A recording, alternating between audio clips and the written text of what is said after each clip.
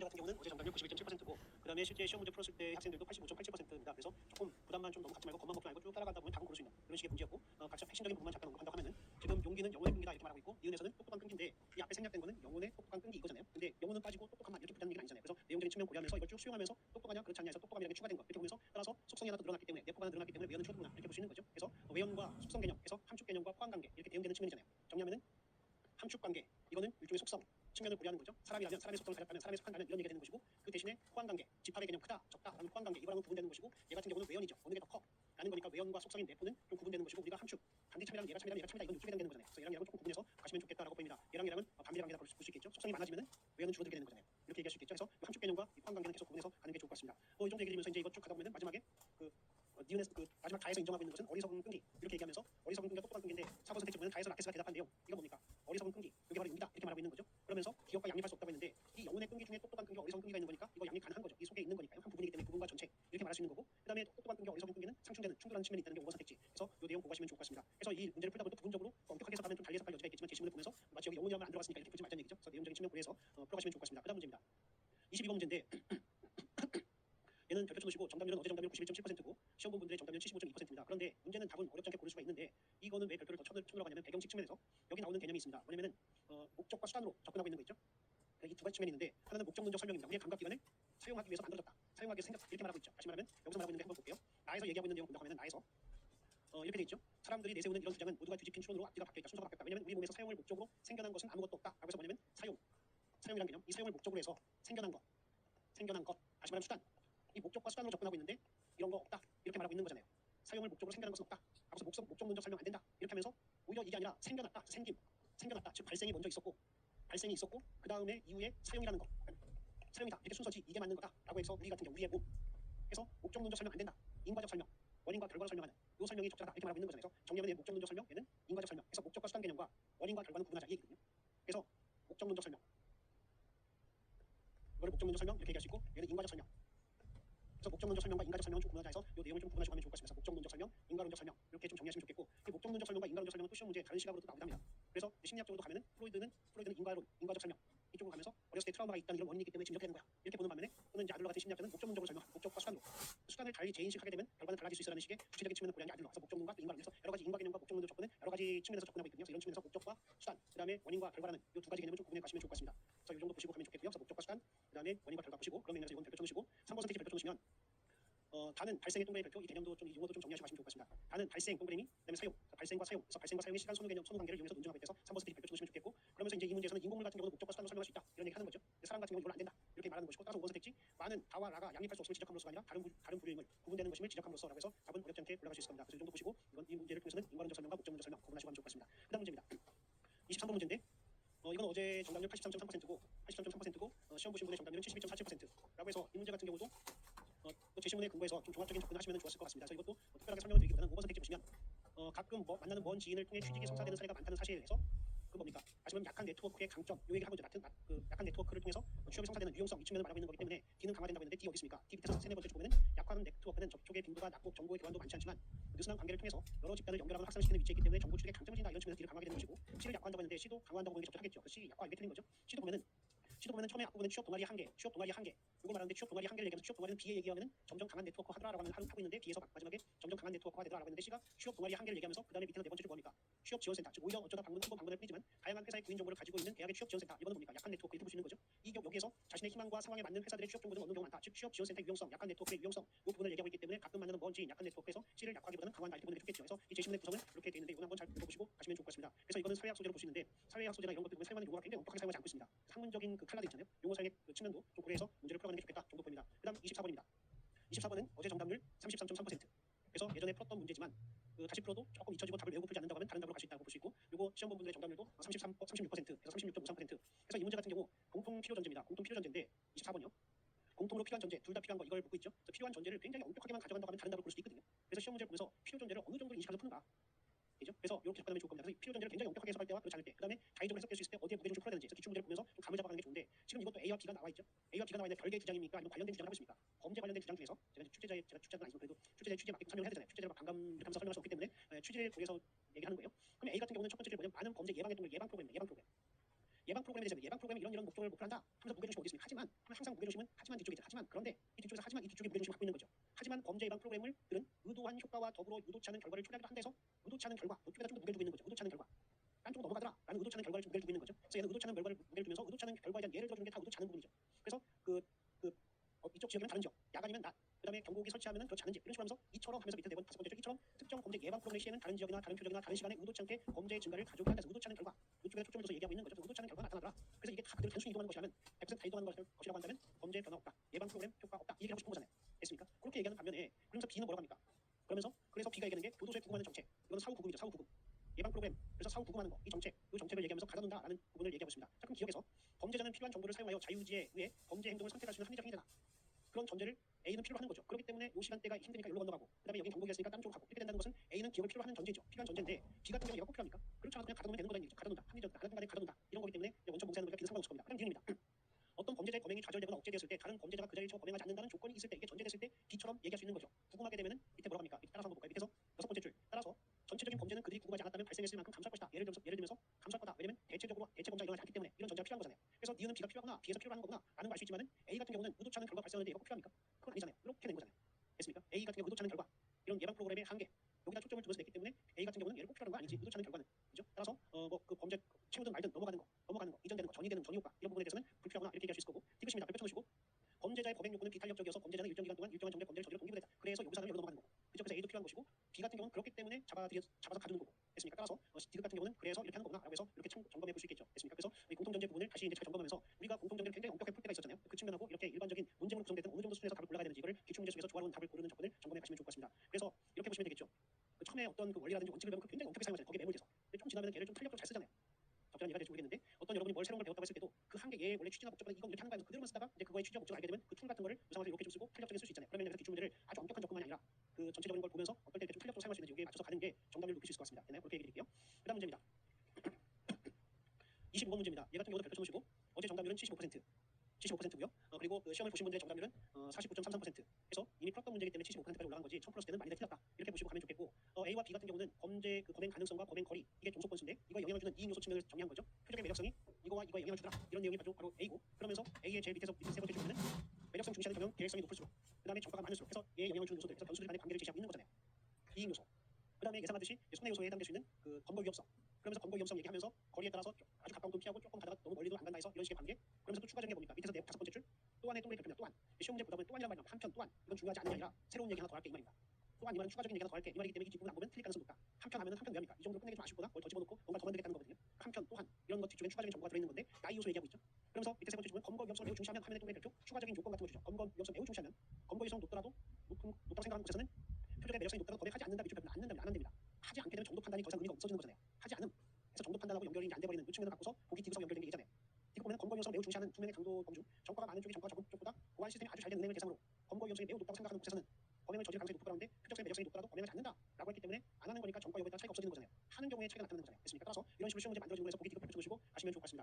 그다음에 이제 기억도 별표인데 기억도 많이들 틀렸는데 기억도 보면은 젊은 절도범 내용 박스 젊은의 동그라미 절도범 내용 박스 나이 든의 동그라미 성폭행범 내용 박스 해서 이 두 가지 요소가 있죠. 젊은 사람과 나이 든 사람의 관계 두 개를 비교하고 있고 젊은 사람과 나이 든 이렇게 돼 있고 젊은 사람이 표적의 매력성을 보다 중시하고 나이 든 사람은 위험성을 더 고려하는 거잖아요.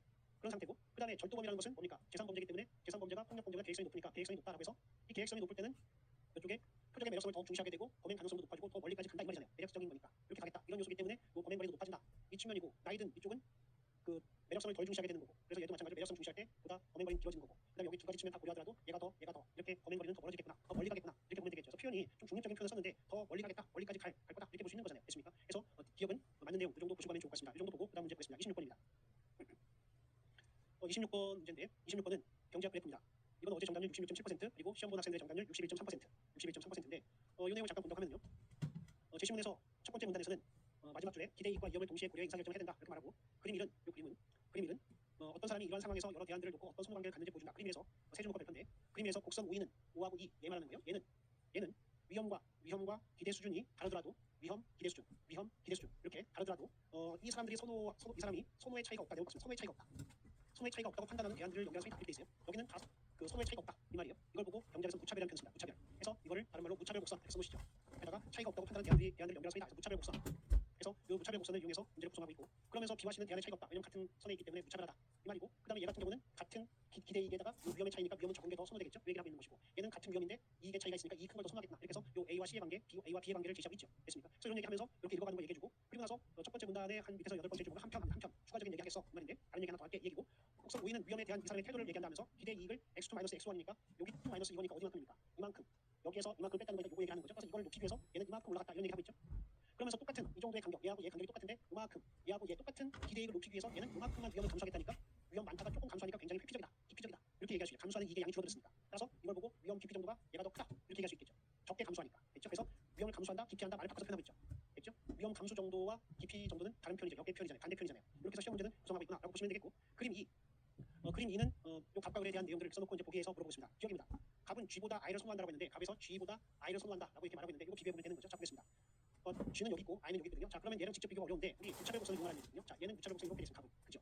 얘는 다 같습니다. 그러면은 제가 P라고 표현해볼게요. P라고 됐으니까 얘랑 비교하기 좋게끔 P는 여기 있으니까 얘랑 P입니다. 그럼 어느 게 더 선호됩니까? 위험이 작은 거. 그죠? 따라서 I보다는 P를 더 선호하겠죠. 됐죠? 이렇게 되고 그 다음에 P가 여기서 쭉 내려서 여기까지 왔습니다. 여기까지 오니까 얘하고 얘입니다. 같은 기대이익에 얘가 위험이 작습니다. 어느 걸 더 선호합니까? G를 더 선호하니까 결국 G를 I보다 더 선호하겠구나. 이걸 알 수 있는 거죠. 됐습니까? 따라서 얘는 틀렸구나. 기억은 틀렸구나. 이렇게 보면 되겠죠. 그 다음에 니은을 보면은 니은은 F보다 H를 선호한다고 했으니까 의리어 F보다 H를 더 선호한다 이렇게 질문을 하고 있는 건데 자 그럼 얘도 무차별 곡선 여기 한번 볼게요. 여기가 또 같은 거예요. 이렇게가 지금 같은 건데 F하고 H를 물어봅니다. H는 여기 있습니다. 여기. 자 그럼 H를 같은 무차별이니까 여기까지 내리면 되겠죠. H를 여기까지 내려와도 괜찮은 거잖아요. 무차별한 거니까. 자 그러면은 이 같은 위험인데 이익이 이쪽이 더 큽니다. 뭘 더 선호합니까? 네, H를 더 선호하게 되겠죠. 그래서 H를 더 선호하니까 이거는 맞구나라고 얘기할 수 있는 거잖아요. 됐습니까? 무차별 곡선이라는 개념 여기 선은 같다, 선은 같다라는 걸 이용해서 비교할 수 있는 거죠. 됐습니까? 네, 이 정도. 그다음에 이제 디귿입니다. 따라서 니은은 맞는 내용. 니은은 맞는 내용. 그다음에 디귿입니다. 디귿을 본다고 하면은 기대이익이 x0보다 x0보다 큰 영역에서 여기입니다. 여기보다 큰 영역. 여기보다 큰 영역에서 값보다 을이 더 위험 깊이적이다 해서 위험 깊이적인 거를 비교하고 있는데 자 보겠습니다. 자 그러면 기대이익 요만큼 하는 여기 보이기 위해서 이만큼 얘 이만큼 하는데 값은 요만큼 감수합니다. 그런 반면에 을은 얼마큼 감수합니까? 이만큼 감수합니다. 을은 이만큼. 많은 이익을 감수한다는 건 덜 깊이적이라는 얘기잖아요. 따라서 우리 덜 깊이적이지 더 깊이적인 건 아니죠. 됐습니까? 적게 위험을 감수하는 애가 더 깊이적인 거잖아요. 따라서 얘가 더 깊이적. 그래서 값이 더 깊이적이지 을이 더 깊이적인 건 아니다. 그래서 값과 을이 같겠구나 라는 말 수 있겠죠. 그래서 감수하는 이익과 깊이하는 정도는 반비례 관계잖아요. 그래서 표현을 달리해서 물어보고 있구나 정도 보시고 가면 좋을 것 같습니다. 그다음 문제입니다. 그래서 경제 그래프도 많이 보는 게 답입니다. 그래서 갑자기 이거 한다고 갑자기 경제 책 본다고 해서 크게 달라지지 않고 경제 그래프 관련된 문제도 모의고사를 좀 더 보게 될 겁니다. 그래서 이제 보면서 연습하시는 게 좋을 것 같습니다. 자 그다음 27번 문제입니다. 27번 문제 어제 정답률 75% 그리고 실제 시험 보신 분들 정답률 63.87% 해서 이 문제 같은 경우는 뭐 간단하게 얘기 드리도록 하겠습니다.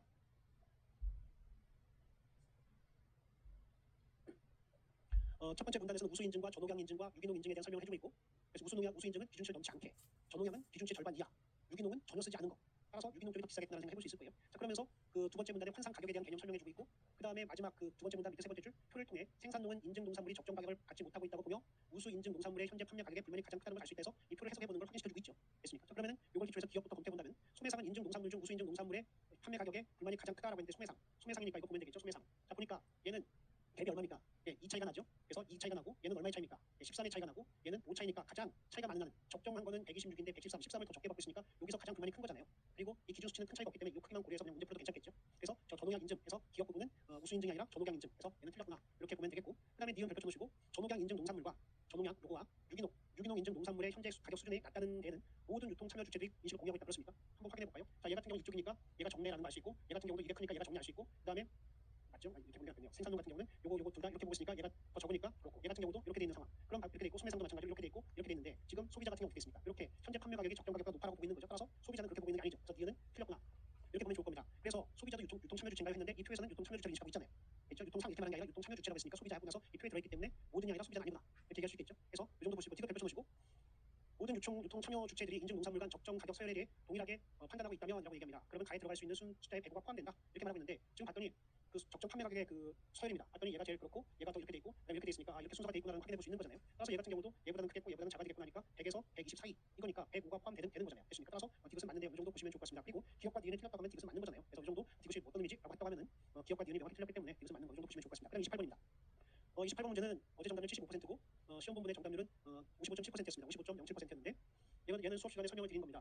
그런데 약간 부연 설명 드릴 게 있으면 조금 더 드리도록 하겠는데 잠깐 보시면은 일단 이 내용 보게 되면은 이런 얘기가 있습니다. 제시문에 있는 내용 정리해서 얘기하게 되면은 첫 번째 문단에서는 그 금태환의 한시적 정지를 선언했다 이런 얘기가 나오고 두 번째 문단에서는 물가 상승의 원인을 규명하려고 했는데 금태환의 정지 금을 바꿔주는 거 이 정지에서 찾았던 지급파 거기서 지급파는 금태환의 정지에서 찾았는데 이 그러면서 물가 상승의 원인을 뭘로 봅니까? 은행 금 보유량에 비례하는 은행권 발행의 규율이 깨졌다.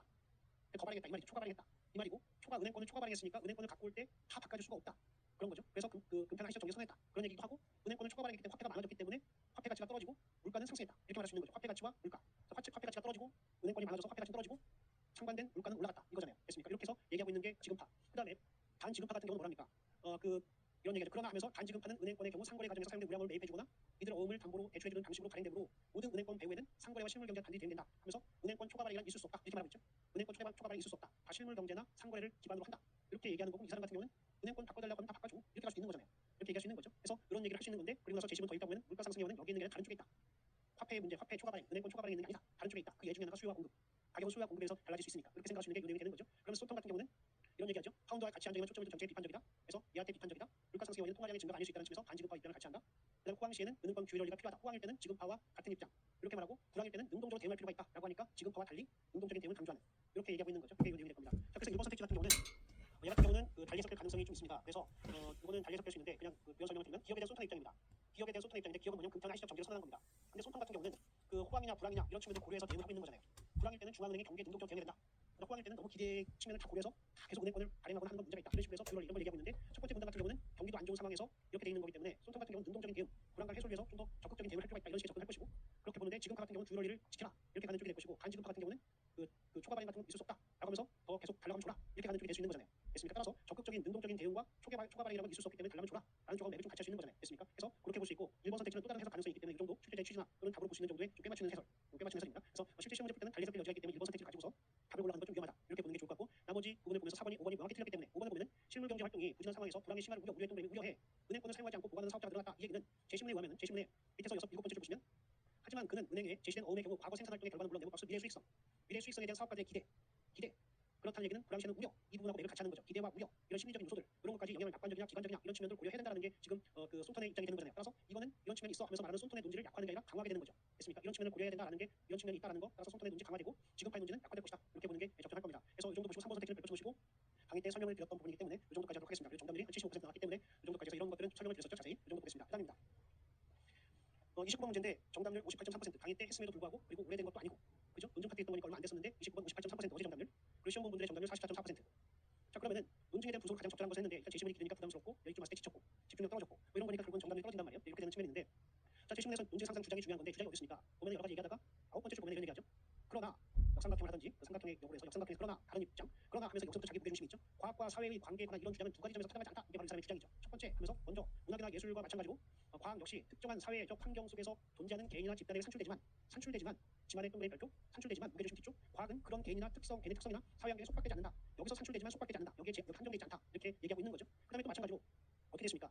밑에서 세 번째 줄 과학은 특정한 개인들이 특정한 문화 속에서 만든 것이지만 지만의 동그라미 별표 지만 무게중심 뒤쪽에 이처럼 개인과 문화를 초월하는 보편적인 것이다. 이렇게 얘기하고 있고 또 다시 제시문 밑에서 한 7번째 줄 올라가 보면은 16세기 이후 최근에 이르기까지 실질적으로 모든 과학적 발견 동그라미 탄생이죠. 탄생은 유럽 문명의 울타리안에서 이루어졌지만 저점의 동그라미 별표 무게중심 뒤쪽 그 열매인 과학이론은 전 세계 확산 수용 측면에서 확산되고 활용되어 있다. 이렇게 말하고 있잖아요. 다 무게중심 뒤쪽에 있는 거죠. 산출과 속박되지 않는 이렇게 해서 이번 선택지 별표 내용 보시면 글쓴이는 과학과 사회적 배경의 관계를 평가할 때 과학 이론이 탄생하는 과정보다 동그라미 이거보다 이 이론이 그 이론이 수용되고 사용되는 맥락이 더 중요하다고 전제하고 있구나라는 걸 추론해 보시는 거잖아요. 확인해 볼 수 있고 3번 선택지 많이들 틀린 건데 내용 보시면 유럽의 정치 체제나 사회 사상이 유럽의 과학보다 먼저의 동그라미 세계의 다른 지역에 전파된 경우가 확인된다면 논쟁 설명이 약화된다 했는데 먼저 선후 개념으로 강조하고 있습니까? 아니잖아요. 보편이냐 보편 아니냐 이 얘기죠.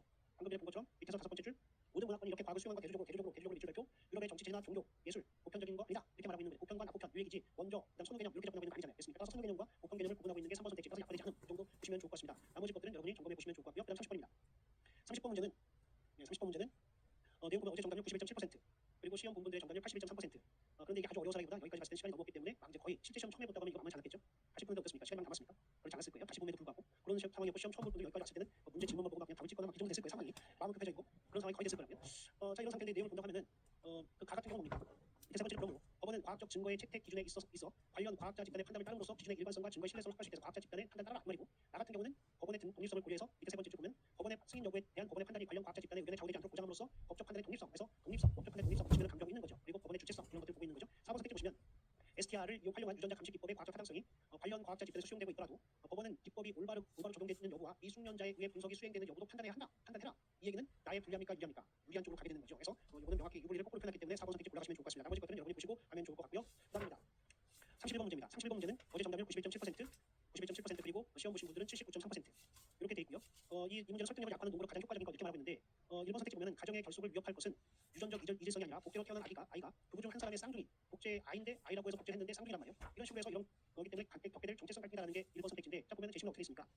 밑에서 9번째 줄 정도 보시면 전자의 방식으로 태어난 아이는 훗날 자신의 생물학적 부친이 누군지 궁금해할 것이고 이 방식의 해결이 함축하는 가족 내부의 유전적 이질성은 결국 가정의 내적 결속을 와해할 가능성이 크다. 유전적 이질성을 굉장히 문제 삼고 있고 그러나 복제의 아이 같은 경우는 이런 것들 문제 없다. 이렇게 말했더니 1번 선택지가 유전적 이질성이 더 문제가 아니라 오히려 정체성 갈등이 더 크다라고 하면서 요거에 대해서 문제 제기하고 있는 게 1번 선택지가 되는 거죠. 나머지 선택지 중에서 2번 선택지는 너무 모든 의학 연구의 반대를 너무 크게 얘기하고 있는 거잖아요. 관련성이 많이 떨어지는 거죠. 따라서 1번과 2번 중에서는 1번으로 골라가는 게 보다 직접적인 반박이다. 약하다. 이렇게 보는 게 좋을 것 같습니다. 이 정도 보고 나머지 것들을 여러분이 검토해 보시고 32번 문제입니다. 12개 주시고 어제 정답률 33.3% 하는 것도 아니고 강의 때 그렇게 얘기하고 그림도 그리고 표시도 이렇게 하고 했는데도 시간이 한 달 이상 지나면 다 잊혀져 간다. 그래서 기억은 이렇다는 겁니다. 기억의 속성. 그래서 지금 굉장히 명확하게 아는 것처럼 보이지만 한 두 달 정도 지나서 다시 풀면 틀릴 수 있다는 거. 됩니까? 그런데 이런 것들은 또 정확히 기억이 안 난단 말이에요. 막 3번인가? 이러면서 찍어서 3번 읽을 거 이랬단 말이에요. 그래서 정답률은 33.3% 이렇게 되는 거고 실제 시험에서 22.73%였습니다. 자, 그럼 이 내용 보겠는데 강의 후에 질문하신 분들의 내용을 좀 더 보여서 추가적인 설명을 좀 드리겠습니다.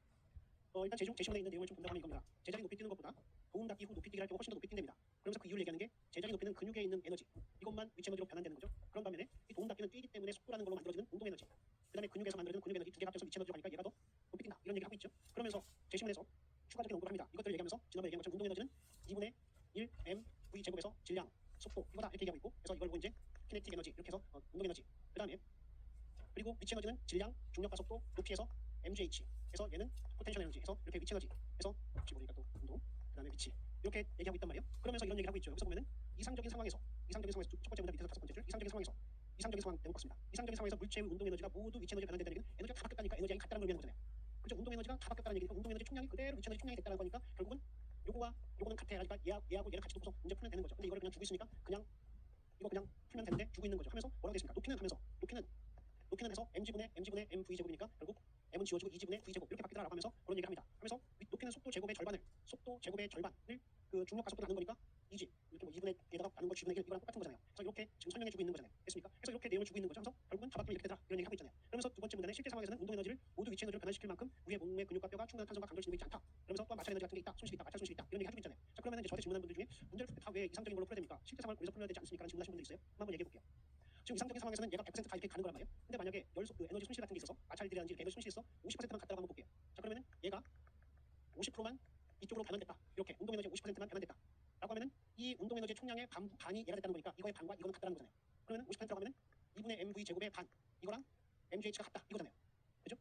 아닙니까? 2분의 1 얘의 반이 반만 됐으니까 반은 날라가 버리고 반만 이렇게 됐다는 얘기잖아요. 그럼 같다 이거니까 결국은 이거 하면 되면 h는 뭐가 됩니까? h는 4분의 m은 같이 지워지면서 4g분의 v 제곱이니까 2g분의 v 제곱이나 4g분의 v 제곱이니까 이거만 달라지고 m은 다 같이 없어져 버렸잖아요. 그죠? 질량은 다 없어졌잖아요. 됐습니까? 자, 그래서 그냥 이걸로 풀어도 크게 다르지 않다. 관계 파가는 거기 때문에 그 얘기를 할 수 있는 거죠. 자, 그러면서 나머지 얘기를 주고 있는데 보시고 1번 선택지 보시면 그 같은 양의 운동 에너지가 위치 에너지로 변환된다면 다른 모든 조건이 동일할 경우 중력과 속도가 클수록 더 높이 뛸 수 있을 것이다 했는데 중력과 속도와 그 높이와의 관계는 무슨 관계입니까? 얘와 높이와의 관계는 반비례 관계이기 때문에 결과적으로 그렇지 않다. 여기 되는 거죠. 됐습니까? 이것도 한 번 더 정리하면은 이 얘기죠. 만약에 이거의 의미는 이거잖아요. 중력과 속도가 클수록이니까 만약에 이렇게 G2가 된다 이렇게 얘기하고 있는 거죠. 자 그러면 제가 이거 갖고서 이상적인 상황이 아니니까 자 H1 얘 같은 경우는 4G1분의 V2 이게 되고 H2 같은 경우는 4G2분의 V2인데 얘가 더 크니까 그 얘가 더 작아지고 얘가 더 크구나 이렇게 얘기할 수 있는 거잖아요. 됐습니까? 따라서 반비례 관계 이렇게 크면은 반비례 관계 해서 이렇게 확인해 볼 수 있는 거잖아요. 이런 의미를 묻고 있는 게 1번 선택지잖아요. 정확하게 한다면 이 두 가지 경우 G1과 G2 그죠? 그래서 정리하면은 얘보다 얘가 더 크니까 분모가 더 크니까 얘가 더 크구나 이렇게 해서 그냥 가면 되는 거죠. 작고 크다 해서 이렇게 갈 수 있는 내용을 묻고 있는 게 1번 선택지. 그다음에 2번 선택지 같은 경우는 뛰어오르기 직전에 속도가 10m/s 이하의 경우에 근육 에너지로 나오는 에너지 양이 얼마든 상관없이라고 했는데 갱신될 수 없을 거라고 했는데 도움 닫기 요거는 뭐와 뭐의 합입니까? 근육에서 나오는 근육 에너지하고 운동 에너지 합 이거의 합이기 때문에 이거에 따라 달라질 수 있는 거잖아요. 그죠? 이렇게 얘기할 수 있기 때문에 그 근육으로 나오는 에너지가 엄청나게 크다면은 넘어설 수 있는 거죠. 그다음에 3번 선택지 별표 쳐놓으시고 높이 뛰기에 사용되는 에너지가 오로지 도움 닫기에 의한 운동 에너지뿐이라면 이 얘기는 운동 에너지하고 이거 보라는 얘기죠. 위치 에너지. 이거 보라는 얘기니까 지금 여기 본 거 얘랑 다르지 않는 거죠. 이거 이 내용들 그대로 가져가서 검토하면 될 겁니다. 따라서 다른 조건이 동일한 경우에 질량이 작을수록 더 높이 뛸 것이다라고 했는데 질량 요소는 있습니까 없습니까? 질량은 상쇄돼 버렸기 때문에 질량은 영향을 주지 않는다. 이렇게 얘기할 수 있는 거잖아요. 됐죠? 이 정도 얘기할 수 있고 왜냐면 운동 에너지하고 위치 에너지 요것만 있기 때문에 4번 선택지. 요거는 지난번에도 설명을 드렸던 부분인데 두 장대의 높이 뛰기입니다. 두 장대 높이 뛰기 선수가 있고 도움 닫기 속도 및 근육으로 나오는 에너지 총량이 각각의 동물의 별표 서로 같다면 다른 모든 조건이 동일한 경우 질량이 작은 선수가 뛸 수 있는 높이와 질량이 큰 선수가 뛸 수 있는 높이 이상일 것이다. 이렇게 말하고 있는데 두 장대 선수입니다. 질량이 다르답니다. 그래서 이것도 마찬가지로 질량을 M1, M2 그래서 자금 그 다음에 질량 큼 이렇게 나눈다고 하면은 여기서 지금 보면은 위치 에너지라는 것은 뭐가 됩니까? 근육 에너지 플러스 운동 에너지가 되는 것이고 이거는 얘기한 것처럼 얘 같은 경우는 mgh고 얘는 2분의 1 v 제곱 요거 상태잖아요. 자 그러면서 얘도 이렇게 표현하고 얘도 이렇게 표현하면 될 건데 결국은 이 h를 정리한다고 하면 h는 뭐가 됩니까? 얘 mg 분의 근육 에너지 그 다음에 플러스 이건데 m은 빠졌어요. 2분의 mv 제곱인데 자 m이 빠졌는데 따라서 m 같이 지워지고 2지분의 v 제곱 이렇게 되는데 이걸 갖다가 이 작은 사람 h1이라고 표현하고 그다음에 h2는 mg분의 근육 에너지 플러스 2지분의 v 제곱 이렇게 되는데 자 그래서 여기서 본다고 하면은 m1 작음 그다음에 얘 큼 이렇게 한다고 하면은 이 두 개 중에서 어느 게 크니까 얘가 더 큰 거잖아요. 분모가 작으니까 얘가 더 큰 거죠. 얘랑 근육 에너지 얘는 같다고 했으니까. 그래서 얘가 더 높이 뜰 거구나라는 걸 알 수 있는 거죠. 그다음 얘도 마찬가지로 이게 같다고 하면은 이게 같다고 하면 얘가 더 크구나 이렇게 얘기할 수 있는데 여기까지 얘기하면 복잡해질 거기 때문에 얘기 안 하려고 하는 겁니다. 되죠? 이렇게 해서 이 정도까지 보면서 얘를 비교해서 가시면 좋을 것 같고 얘를 좀 더 할까요? 얘는 안 해도 됩니까? 예, 만약에 이거 여기 보면은 여기 4번 선택지에 도움 닫기 속도 및 근육으로부터 나오는 에너지 총량이 각각으로 같다니까 속도로부터 나오는 에너지 총량이 같다 이 말이잖아요. 속도로부터 나오는 게 이 속도가 같다는 얘기니까 속도로부터 나오는 에너지 총량이 같다는 겁니까? 속도로부터 나오는 에너지 총량이 같다고 했으니까 사실 여기서 보면은 2분의 mv 제곱과 2분의 mv 제곱인데 m1v 제곱과 m2v 제곱이 같다는 거잖아요. 사실 이런 의미로 보는 게 맞겠죠. 사실 근데 이것까지는 복잡해서 안 하려고 했던 거거든요. 근데 이걸 보다 하더라도 보면은 얘가 작고 얘가 큰데 같다는 얘기는 얘가 더 어떻다는 겁니까? 얘가 더 크고 얘가 더 작다라는 거니까 얘가 사실 더 크고 얘보다 얘가 더 크다는 얘기잖아요. 그래서 이렇게 봐도 마찬가지다 이런 얘기인데 여기까지 복잡해질까봐 그냥 이것만 설명한 겁니다. 됐나요? 그래서 똑같은 근육 에너지인데 질량이 작은 바퀴벌레가 똑같은 힘을 쓴다고 하면 누가 더 높이 뛰겠냐 해서 바퀴벌레나 우리 사람하고 제가 비교했던 거잖아요. 됐습니까? 따라서 질량이 낮으면 똑같은 근육에서 나오는 에너지를 하더라도 그래서 비교해드린 게 이거잖아요. 여러분의 근육에서 나오는 에너지만큼 바퀴벌레가 갖고 있으면 얼마나 뛰겠냐 이런 얘기했잖아요. 팍팍 날아다니면서 자기 뛰는 만큼 뛸 거예요. 그래서 결국 포인트는 단위 질량당 에너지죠. 단위 질량당 근육 에너지죠. 됩니까? 그렇게 얘기할 수 있는 거죠. 따라서 4번 선택지는 맞다 이렇게 얘기할 수 있고 5번 선택지 같은 경우는 도움 닫기와 도움 닫기와 장대의 돈이 있어도 키 높이의 3, 4배 정도만 뛰어오를 수 있는 인간과 달리 일부 곤충의 도움 닫기 없이도 자신의 몸 크기의 수십 배 이상을 뛰어오를 수 있는 이유는 이들 곤충의 질량이 인간보다 작기 때문에 그걸 확정할 수 있습니다. 질량이 작다기보다 단위 질량당 에너지가 크다 근육 에너지가 크기 때문에 그럴 수 있는 거잖아요. 되죠? 따라서 이건 반드시 질량만 갖고 얘기할 수 있는 게 아니라 질량과 단위 질량당 에너지 이걸 갖고서 또 얘기할 수 있어야 되는 거죠. 됐습니까? 이 정도 보고 넘어가도록 하겠습니다. 일종의 이것도 부분적으로 숨어 있는 게 총량과 비율 개념이 숨겨져 있다고 볼 수 있는 겁니다. 총량과 비율 개념. 되죠? 이 정도 얘기할 수 있고 33번 문제 별표 쳐놓으시고 얘는 어제 정답률 75%. 그래서 얘 같은 경우는 강의 때 좀 자세히 했었는데 잠깐 부연 설명 드리도록 하겠습니다. 이 문제 갖고도 계속 이제 우리가 기출문제를 풀면서 모든 걸 조건으로 풀게 되면 위험할 수 있다는 거예요. 거기까지 그렇게까지 민감하게 내지 않은 문제를 거기까지 신경 쓰지 않고 낸 문제를 거기까지 신경 쓰면 안 된다는 거잖아요. 이 문제 같은 경우는 선호 개념이 들어가 있지도 않아요. 자 표현할 때 볼까요? 큰 눈이 큰 산을 가지고 이거 선호 개념이죠. 큰 눈이 큰 산을 갖고 큰 산이 더 많은 시각세포를 갖고 예민한 시력이고 짧은 시간에 회피를 할 수 있다 하면서 따라서 밑에 세 번째 따라서 결론지시오. 최대 속도가 빠른 동물일수록 뭐일수록 관계표인데 일수록 각종 장애물을 보다 짧은 시간에 효과를 회피하기 위해 큰 눈을 가진다라고 했거든요. 최대 속도가 빠르면 큰 눈을 갖게 된다는 얘기입니까? 순서상으로 시간적 순서가 그거 아니죠. 그거 시간적 순서 개념이 아니라 최대 속도와 큰 눈과의 관계를 얘기하고 있는 것뿐이죠. 됐습니까? 최대 속도가 빠른 동물은 큰 눈을 갖고 있어요. 이런 얘기가 되는 거죠. 큰 눈의 경우에 최대 속도가 빨라요. 이런 얘기 하고 있는 거죠. 왜냐하면 장애물을 효과적으로 회피하기 위해서 그렇게 바뀌었대요. 이 말이잖아요. 됐죠? 회피하기 위해서 얘다라고 해서 목적과 수단과 관계가 들어가 있는 거죠. 그래서 이 문제 같은 경우 시간적 선호 개념을 갖고 있는 문제 아니라는 거죠. 됐습니까? 그래서 이 두 개 관계만을 얘기하고 있는 거고 따라서 3번 선택지 실수 많이 했던 건데 이 내용 본다고 하면은 별표 쳐놓으시고 눈이 작으면 몸의 크기가 작아도 몸의 크기도 작아서 먼 거리 이동할 때 에너지가 적게 들고 이 때문에 눈의 크기가 작은 철새들이 눈의 크기가 큰 철새보다 더 빠른 평균 해동물의 평균 이동 속도. 그래서 지금 평균 이동 속도를 얘기했는데 지금 얘가 말한 건 최대 속도죠. 최대 속도. 평균 속도와 최대 속도는 구분된다. 이런 얘기죠. 됐습니까? 그래서 그렇게 얘기할 수 있을 겁니다. 그래서 이 평균 속도와 최대 속도를 구분하고 있는 내용이기 때문에 3번 선택지 별표 쳐놓으시고 얘는 약화가 아니라 중립사례다. 이렇게 얘기할 수 있고 5번 선택지 보면은 내보다 최대 속도가 느린 새 중 그러니까 어떤 느린 새, 어떤 최대 속도 느린 새 앤드 눈이 내보다 크다. 그러니까 느린 속도, 느린 최대 속도, 큰 눈. 그죠? 느린 최대 속도 큰 눈. 이렇게 말하니까 큰 눈에 느리니까 얘는 약화사례가 되는 거죠. 그러면서 이런 애들이 뭐라고 합니까? 상위 맺히는 망막 부분에 존재하는 시각세포는 이 새들보다 매가 더 많다니까 얘는 이런 새들은 적다 이거니까 큰 눈이면서 적은 시각세포니까 이것 또한 큰 눈에 적은 시각세포니까 이것도 상반되는 내용이 되는 거죠. 따라서 이 내용에 해당되는 걸 잘 정리해보면 약화사례구나 알 수 있죠. 반대로 매 입장에서 얘기한다고 하면 매는 얘보다 작은 눈의 매 그러면서 그런데 빠른 최대 속도 이렇게 되는 것이고 얘보다 많은 시각세포니까 작은 눈의 빠른 최대 속도니까 얘 또한 상반되는 요거 주장과 상반되는 내용이 되는 거죠. 됐습니까? 그래서 이 5번 선택지를 표현 때문에 쫙 매끄럽게 흘러가잖아요. 그러니까 답이 아닌 것처럼 이게 약화사례가 아닌 것처럼 보이지만 내용적으로 따져보면 약화사례라는 거. 됐습니까? 그래서 이 정도 보시고 하는 게 좋을 것 같습니다. 이 정도 보고요. 그다음 34번입니다. 34번 별표 쳐놓으시고 얘 어제 정답률은 83.3% 그리고 시험에서의 정답률은 44.93% 그래서 시험 상황에서는 여기까지 갔을 때 마음은 급했는데 2번 선택지 안 보입니다. 끝나고 나면 보입니다. 아쉽습니다. 이렇게 되는 게 시험이란 말이에요. 그래서 이런 것들은 이제 그 이전에 경험했던 것들이 우리가 이거 조심해야지 이런 생각 할 수 있게끔 만들거든요. 그런 면에서 별표 쳐놓으시고 잘 보시면 좋겠는데 이거는 강의에서 했기 때문에 간단하게만 보겠습니다. 결국 제시문의 내용은 뭐냐면은 그 뇌까지 연결되는 게 뇌부터 밑으로 목, 가슴, 허리, 총골 이렇게 되는 것이고 그다음에 그 첫 번째 문단에서 팔의 정보는 그 감각신호는 목척수를 통해서 다리는 허리 척수 이렇게 돼 있고 이 문제는 다 다리와 관련된 거니까 다 여기서부터 시작되겠죠. 그다음에 피부 촉각은 뇌에 입력된 후에 좌우교차 통증과 차가운 온들은 입력된 촉수에서 좌우교차하면서 쭉 올라간다 이런 내용 써 있고 1번 선택지와 2번 선택지는 다 다리 왼쪽 다리입니다. 왼쪽 다리고 3번, 4번, 5번 다 오른쪽 다리입니다. 그래서 선택지 구성도 1번, 2번 왼쪽 다리. 그러면서 1번 선택지는 뭐에 대한 겁니까? 아프다는 느낌, 통증과 관련된 부분이죠. 통증. 그런 반면에 2번 선택지는 뭡니까? 얼음이 포인트가 아니라 만지고 있다는 느낌이니까 뭡니까? 촉각. 이거잖아요. 그죠? 촉각. 이런 식으로 해서 시험 문제를 낸 거죠. 따라서 왼쪽 다리기 때문에 허리니까 왼쪽 허리 척수. 촉각이기 때문에 뇌까지는 그냥 올라가는 거죠. 따라서 왼쪽으로 쭉 올라가는 거기 때문에 결과적으로 오른쪽 가슴 척수 절대 안 됐다 하더라도 올라가는 데 집중고 따라서 오른쪽으로 연결될 수 있을 겁니다. 따라서 2번이 맞는 내용. 그래서 이 정도 보시고 하면 좋겠고요. 35번입니다. 35번은 어제 정답률 58.3% 시간이 많이 지났다 이렇게 생각할 수 있는 거죠. 이것도 언어 주의할 때 보던 그 과학 소재 58.3%고 학생들의 시험 봤을 때 정답률은 59.3%에서 크게 다르지 않았습니다. 자 그럼 얘도 마찬가지로 자연과학 소재이기 때문에 자꾸 부담스러워서 틀릴 수 있거든요. 그래서 자신이 약한 것들은 잘 점검하는데 포인트는 여기서 평균 자유이동거리를 설명해주고 있거든요. 개념 정리를 하고 있는데 개념이 설명되면 얘를 놓치면 안 됩니다. 자 보면은 평균 자유이동거리의 개념이 어디 있습니까? 보면 두 번째 문단에 다섯 번째 보면은 이때 평균적으로 끊어보시고 기체가 한 번 충돌하고 나서 다음 번 충돌할 때까지 움직인 거리 지금 충돌할 때 움직인 거리, 얘가 또 다음 번 충돌할 때 움직인 거리, 그것들의 평균. 이게 평균 자유동거리가 되는 거잖아요. 됐습니까? 그래서 평균 자유동거리는 이렇게 개념을 해두고 있다. 그리고 밑에서 세 번째 줄, 결국 클라우지수의 설명에 의하면 기체 입자는 크기를 가진 존재며 그 크기에 따라 기체 입자의 충돌 횟수, 그다음에 평균 자유동거리가 변하게 되는 것이다. 그래서 정리해 본다면 크기가 커지면은 충돌 횟수가 많아지고 충돌 횟수가 많다는 얘기는 조금마다 부딪히니까 평균 자유동거리는 적어진다 이거잖아요. 이동한 거리의 총량을 말하는 게 아니잖아요. 됐죠? 그래서 이렇게 정리하면 되겠고 따라서 기억해서 크기가 클수록 기체 입자들의 순간 속도의 평균은 클 것이라는데 큽니까? 최소한 크진 않겠죠. 그리고 현재 상황, 실제 상황에서는 그 에너지 손실 또는 운동 에너지가 변화를 다른 에너지로 변환되기 때문에 속도는 떨어지겠죠. 그래서 일반적으로 속도가 떨어진다. 에너지 손실이 전혀 없다. 변환이 전혀 없다라고 하면 유지되겠지만 됐습니까? 따라서 커지진 않는다라고 얘기할 수 있겠죠. 그래서 이 정도 얘기할 수 있겠고 그다음에 니은입니다.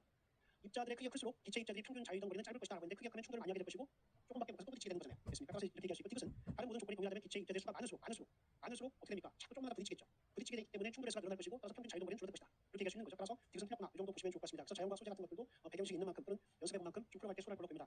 그래서 지금 그 6주간에 걸쳐서 금요일 또는 토요일마다 이렇게 나와서 하는 게 만만치 않았죠. 근데 또 이렇게 얘기 들어보니까 끝나고 집에 갈 때 뿌듯함이라는 것은 또 굉장히 크다. 이렇게 했는데 이게 매주 이렇게 시험 문제 푼다는 게 쉽지 않습니다. 그래서 이제 이걸 끝 이렇게 하기보다는 시험 때까지 매주 풀겠다 이런 자세는 제가 꼭 안 하더라고. 그래서 지금 심화 때는 PSAT 문제 가지고서 이제 여러분이 푸는 거 정도는 진행할 생각합니다. 그러나 제가 해설은 풀지 않았고요. 그렇게 갈 건데 제가 안 하더라도 또 여러분들끼리 이제 스터디에서도 계속 풀어가는 게 에너지 많이 쓰죠. 그래서 실제로 그 논의하는 거가 그렇게 쉽게 안 될 때가 많습니다. 깊게 논의하고 뭐 그 책 쓸 거 아니면은 그다음에 논문 쓸 거 아니면은 그 논의를 너무나 많이 해서 뭐 새로운 걸 찾아가고 이거보다는 어떻게 보면 같이 모여서 문제 풀는 거죠. 그 에너지 굉장히 많이 쓰기 때문에 혼자 하기 힘들거든요. 근데 같이 하면은 옆에 사니까 그냥 갈바닥 하자 하면서 또 풀고 이렇게 되기 때문에 같이 문제 풀어가는 스터디는 굉장히 서로 힘을 줄 수 있거든요. 그렇게 해서 같이 해나가는 것보다 도움이 되는 스터디도 될 것이고 문제 풀기가 될 겁니다. 문제 푸는 것만큼 손실 감각은 생길 거다. 고통스럽긴 하지만 이렇게 얘기하겠습니다. 그래서 6주간에 걸친 기출 문제 한 페이지 특강을 마치도록 하겠습니다. 수고하셨습니다.